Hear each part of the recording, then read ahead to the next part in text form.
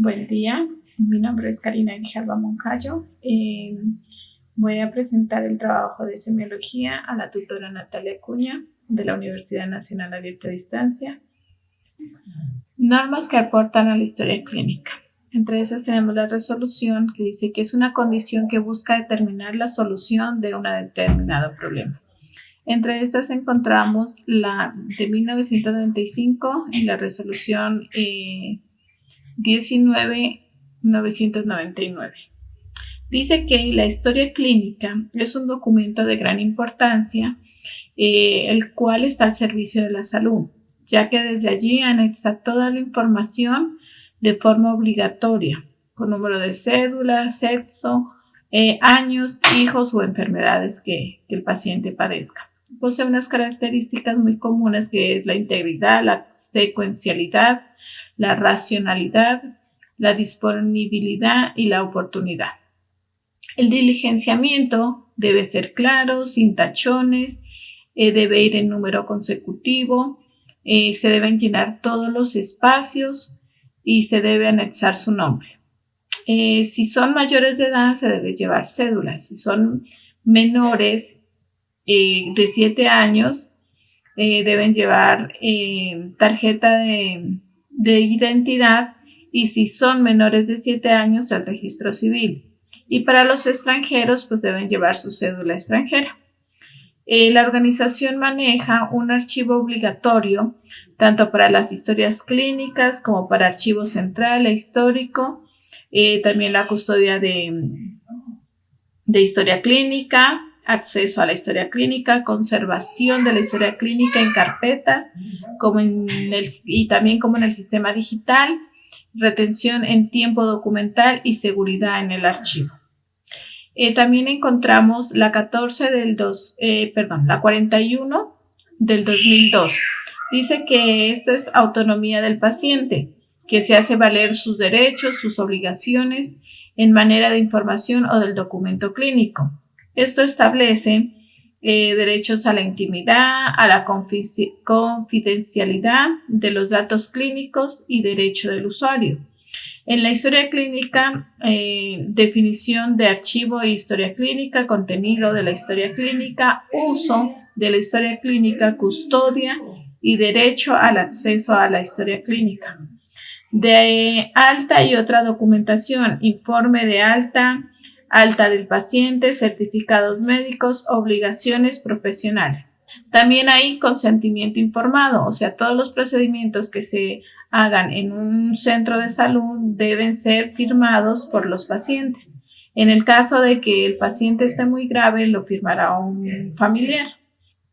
También encontramos la 1715 del 2005 y dice que la historia clínica es un documento de gran importancia para la adecuada presentación de los servicios teniendo de atención para el desarrollo científico. Este modifica también pues el artículo 15 de la resolución 1519 del 19.999. En el caso de liquidación de alguna entidad que preste el Sistema General de Seguridad en Salud, es responsable de la custodia o conservación de las historias clínicas de la entidad. Estas deben ser responsables o deben entregar a los usuarios la historia clínica correspondiente. Estas se deben conservar mínimo 10 años a partir de la última atención, mínimo 3 años en archivo de gestión y en cualquier organización en mínimo 7 años. Y en archivo central, después de un tiempo estipulado, ya se pueden destruir, o sea que debe pasar un buen tiempo para poderlas destruir, porque no es así tan fácil de deshacerse. También encontramos la 1011 del 2006. Este decreto establece un sistema obligatorio de garantías de calidad de atención en salud del Sistema General de Seguridad Social en la Salud. Tiene características como la oportunidad, la accesibilidad, la seguridad, la evidencia científica, la pertinencia, la continuidad y la secuencia lógica. Tiene componentes como el Sistema Único de Habilitación, Auditoría y Atención de Salud, sistemas únicos para la acreditación y de sistemas de información de calidad. Y por último, escogí la Ley 80 de 1989. Se crea el Archivo General de la Nación. Además, crea otras disposiciones, normas para la confidencialidad y el manejo adecuado de la historia clínica. Esas son unas de las normas de la historia clínica, las cuales a mí me parecen muy importantes. ¿Qué es semiología y su terminología más relevante? Semiología es el estudio de los signos de la vida social. La semiología también es clínica. En medicina es el estudio de los signos a través de los cuales se manifiesta una enfermedad. Métodos exploratorios son acciones que desarrolla el médico para determinar alguna patología. Síntomas son manifestaciones objetivas de la enfermedad, es decir, que la percibe exclusivamente el paciente. Y los signos son manifestaciones objetivas de la enfermedad descubiertas por el médico mediante un examen físico. Explica las partes de la historia clínica y su importancia. Los elementos que constituyen la historia clínica pues son tres. Entre esos tenemos la amniasis, los exámenes físicos y el análisis y epicrisis. En la amniasis son aquellas entrevistas, interrogantes y conversaciones que se le hacen pues a los pacientes.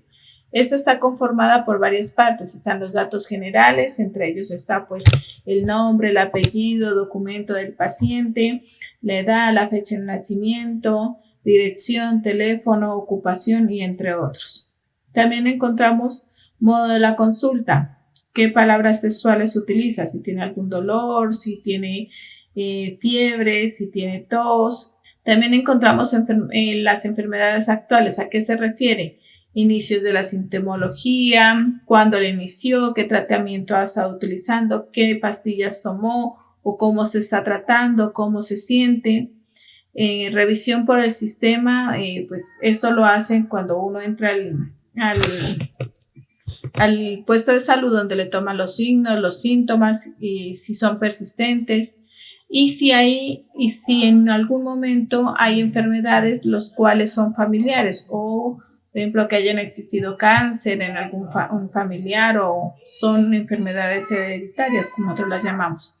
También están los exámenes físicos, los cuales están conformadas por los signos vitales, el pulso, la osimetría. También está la revisión del encéfalo, caudal y el cuerpo en general. O sea, empieza desde la cabeza y se va examinando todo el cuerpo entero.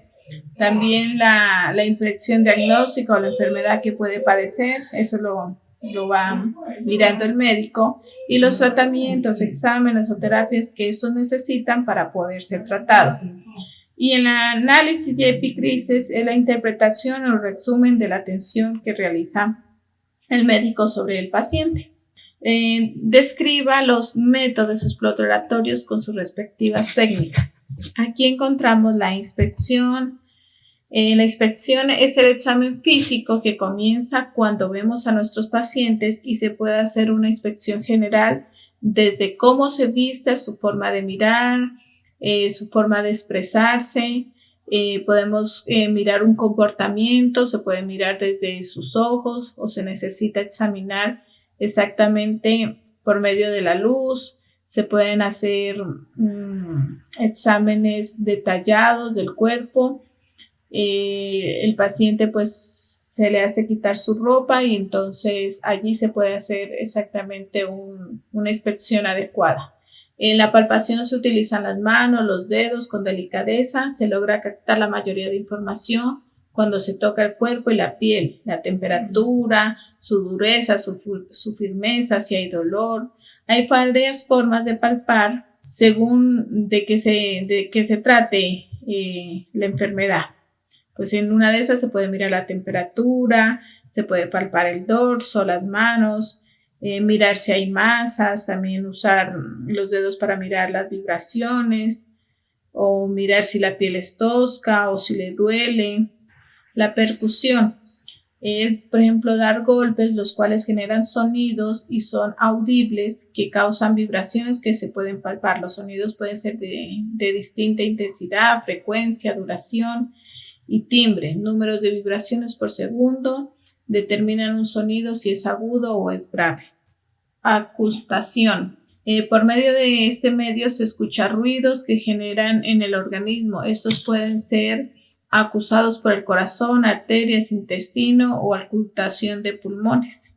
Los signos vitales cambian según la edad, el sexo, el peso, la capacidad para ejercitarse y la salud en general. La presión arterial ejerce en la sangre y que controla la pared arterial. Esta presión es imprescindible para que circule la sangre, los vasos sanguíneos y aporta el oxígeno de los nutrientes de todos los órganos del cuerpo para que puedan funcionar correctamente. La respiración.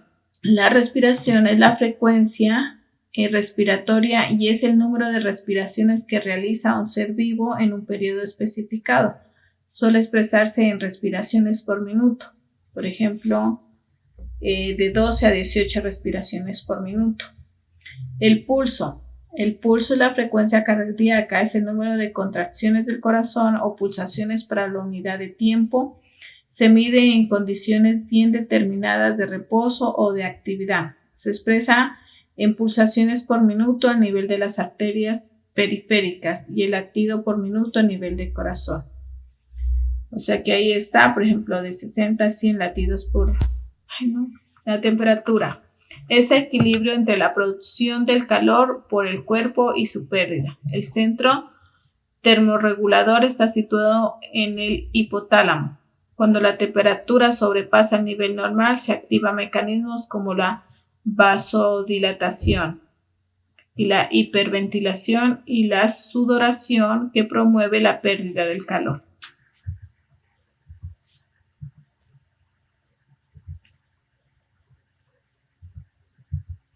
Muchas gracias.